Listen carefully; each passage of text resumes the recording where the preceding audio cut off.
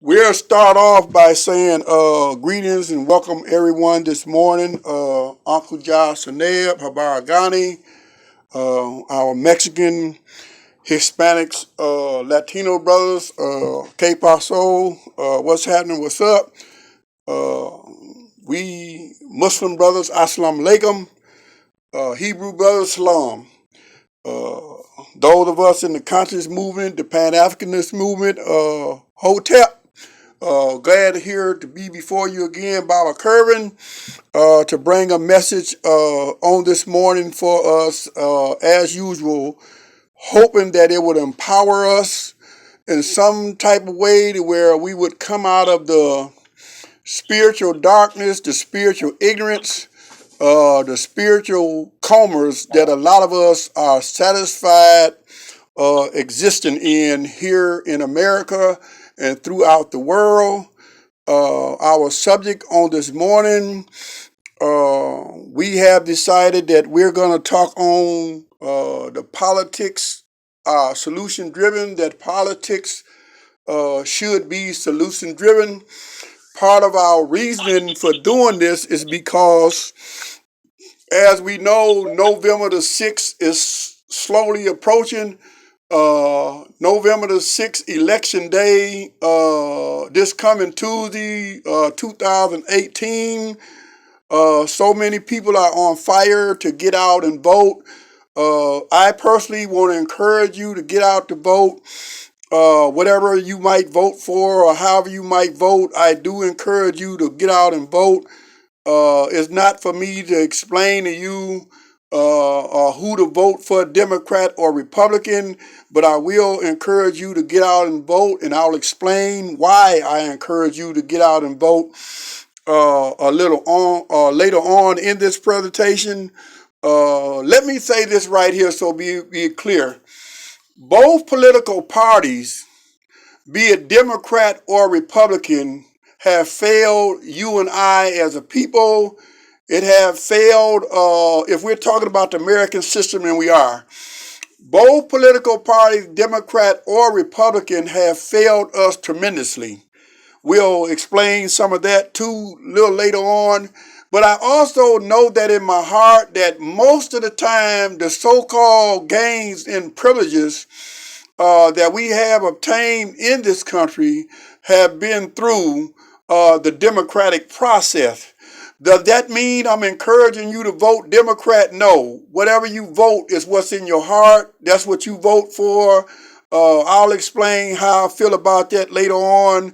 But I do want to make it perfectly clear that me as an individual, since I was 19 years old and ever I had a chance to vote, I did vote. I have been a person that based on whatever the candidate's stand was, the cause was, the lying and scheming that they told me they was going to do was, I voted for them. What I mean by that, most of the candidates who promised me and you this and a that what they was going to do once they got in office, most of them didn't do it. But based on them promising me a this and a that, I did vote for them. And what I want you to know that I cross party lines in that, because if a Republican had something that I thought benefited me and us as a people, and that the false promise that they gave me that they was going to fight or bring that cause into fruition, then me being a person who's concerned with my own well-being and the well-being of our people, then I voted for that Republican candidate. If a Democrat did the same thing, said that he or she believed in a particular issue, whatever the issue might be, I don't want to get so much in those, then I voted for them based on that. But then I found out later on that whether it was Democrat or Republican, once they got in office, most of them changed from what they said they was going to do to start doing what everybody else was doing, and that's playing a con game. And even coming right out the door, no disrespect, y'all know me, I keep it real, I gotta call it like it is. My opinion, every politician is a con artist. Every politician will make false promises to you that they know they can't keep themselves. And let me explain that. The reason why they can't keep them themselves, because most political systems, you got to have a majority of votes. You got to have a majority of people like-minded or say they willing to vote along with you for a certain bill or legislation to get passed. So you, the individual self, even though you promised the people a certain thing that you're going to deliver, you really don't have no power to deliver it. Have I got a prayer in church? Okay. So we say that they are con artists because they will come on TV, they will come in your community, and they'll promise you the moon, even though they had no power to deliver it, except they go back and find other like-minded politicians who are willing to vote with them on a cause. That goes for county commissioners, that goes for city council members, that goes for anybody that's in some type of political arena, whether it's senators or governors or whoever.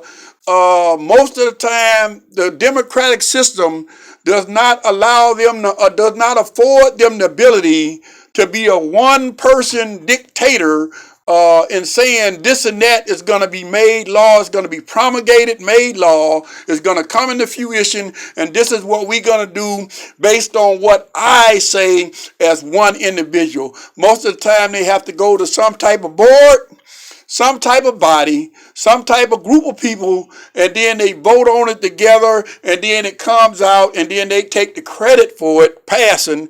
They take the credit for trying to implement it and then getting it passed, and then he say, well, I'm the one who did this, or she say, I'm the one who did that. Let me say this, that I hope down in Florida that Andrew Gillum do win in Florida. Something that never happened before. In Georgia, I do hope that Stacey Abrams do win in Georgia. We know Florida and Georgia is very two racist states, and for years they've been doing a whole lot of stuff to melanated people like you and I, and not saying that Andrew and Stacey going to be able to change a lot, but we do hope they get in there and that they are able to make a difference just to show that change is needed. And I'll say it like that. And we'll say this right here, and I know this is going to make everybody mad at me. If you still rooting for Obama and saying Obama was a good president, I think something wrong with you and you need your head checked. That man, thank you for the applause, that man wasted 2 terms. I voted for him 2 terms. He did not promulgate or make law, did not mandate nothing, in my opinion, that specifically target your and my as melanated people, specifically African Americans, something that would benefit us, that we can tangible and real and say Obama did this for us. But let it had been a Hispanic person in there. Let it had been an Orientalist who was voted as the president. That Hispanic and that Orientalist would have came out the door doing something specifically for their people. And then having this discussion with people say, well, he was under a lot of pressure. He was scared for his life. They was going to kill him, so on and so forth. And that's why he played ball and all that. Well, I beg to differ, because if you're going to say that you're running for president, then you know being threat to be killed or that you might be killed go right along with the territory.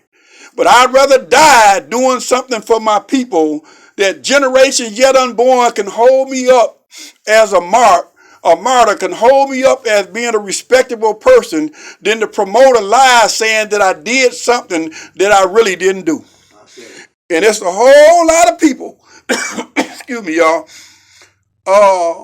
Democrats, Africans living in America, so-called black men, holding up Obama as if he did some great job just by being the first black president.